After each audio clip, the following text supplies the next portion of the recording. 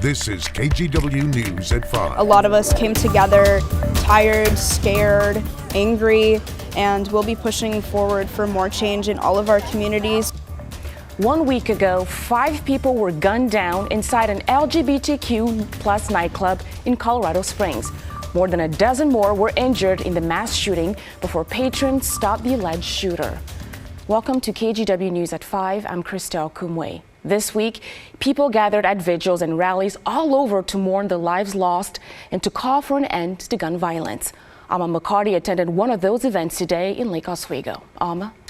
Yeah, well, Christelle, the student organizers I spoke with say they may not have known the victims personally, but it's so important to remember them.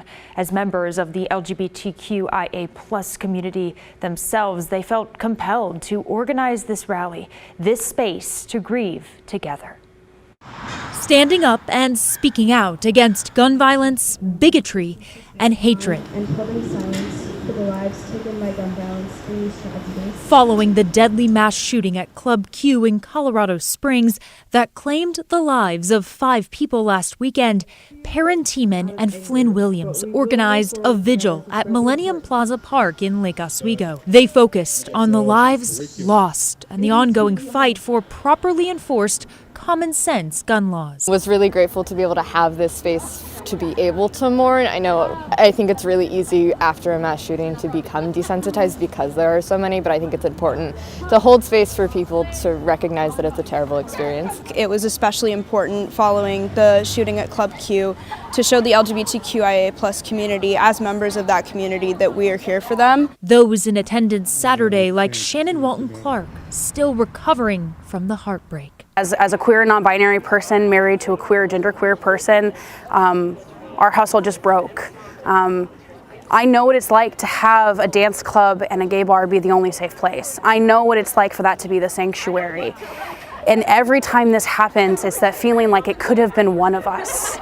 It's that moment of knowing that this is all of us at the same time. Earlier this week in Vancouver, many came together in community, mourning the victims and mourning the loss of a sense of safety. But when it happens somewhere that we have dedicated as a safe space to build our community, it hits a deeper place of pain. Nobody is safe. We need to continually be vigilant and looking over our shoulders, and that sense of safety is not there. It's gone. Coast to coast, people gathered to pray for peace and will continue to do so as they fight to regain that safety and security and put an end to gun violence. We just keep going. We don't have any other choice. For so many of our friends, they're survivors of gun violence. We are part of their connection, their family, and that's something that we can't give up or change. Alma McCarty, KGW News. Today in Colorado Springs, people marched in solidarity with those affected by the mass shooting at Club Q. The march included 4 survivors and was organized by a group called Armed with Love. Those in attendance walked with their signs in honor of victims and survivors. The march ended at Club Q. The 22-year-old suspect in this shooting made an initial court appearance on Wednesday. He is charged with 5 counts of first-degree murder and 5 counts of bias-motivated crime causing bodily injury. He's being held without bond. Today marks 1 week since the shooting. New tonight, more than 6,000 Pacific Power customers in Corvallis have their power back on. The outage ended about an hour and a half ago. The outage also impacted Reser Stadium, which is where the Ducks versus Beavers rivalry game was hosted today. The stadium's power was restored before the game started. It was turned back on for thousands of other customers in the area later in the day. If you are still without power, Pacific Power says to check your main breakers.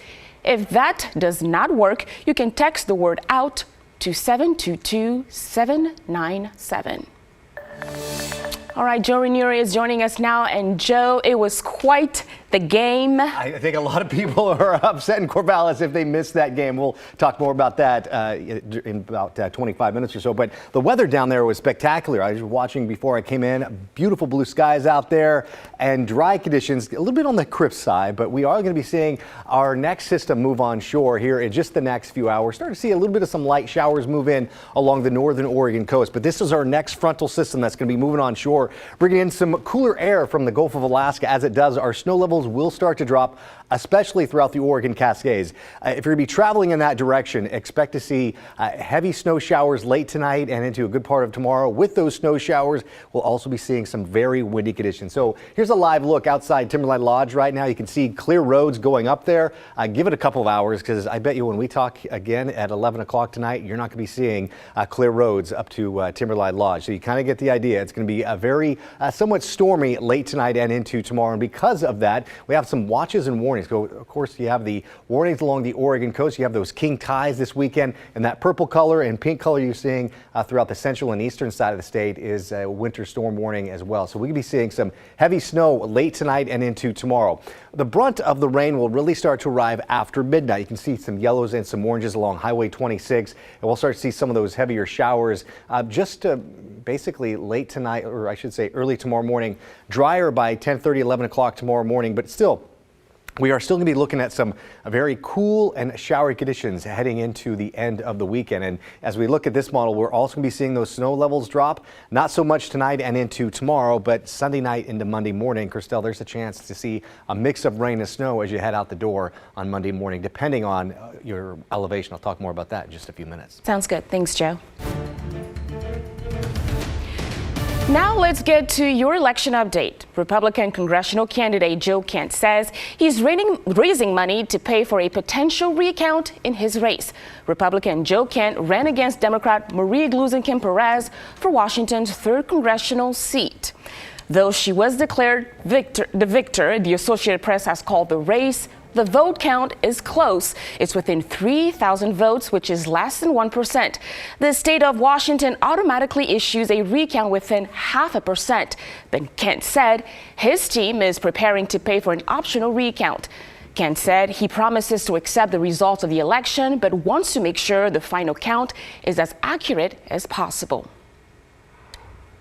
Breakthrough medical research could help people with ectopic pregnancy. It's a dangerous and painful situation where fertilized egg grows outside of the uterus. This affects about 1 to 2% of all pregnancies each year in the United States. Evan Watson shares the research from OHSU and Oregon State University. Research is 99% frustration, 1% pure elation.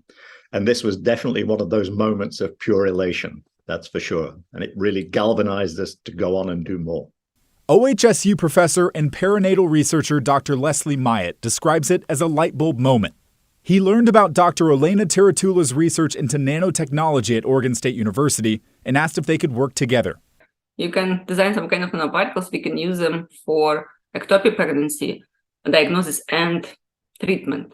The idea is these nanoparticles would attach themselves to the placenta, and then doctors could scan to see where the egg is growing. If it's outside the uterus, that's a dangerous ectopic pregnancy.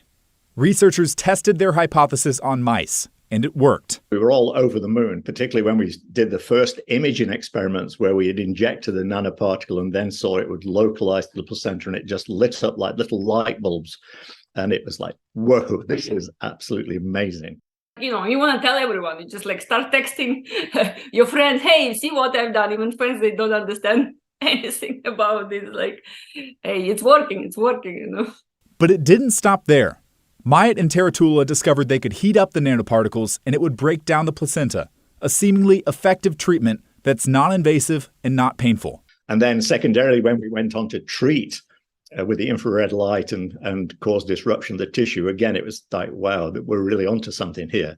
So, yeah, we were very excited by it. Myatt says the current drug used to treat ectopic pregnancies has serious side effects and fails about 10% of the time. So, this technology could both better detect and treat a serious condition which affects up to 100,000 pregnancies each year in the United States. If your technology comes through and it helps and it's simple and efficient, that's the goal and that's a dream, I guess. The researchers are now conducting safety studies to show the nanoparticles are non-toxic and don't affect future fertility. Next, they will likely test the research on non-human primates as well. We're pressing ahead with further studies, but hopefully in the future, potentially this can be a treatment that we can offer. Evan Watson, KGW News.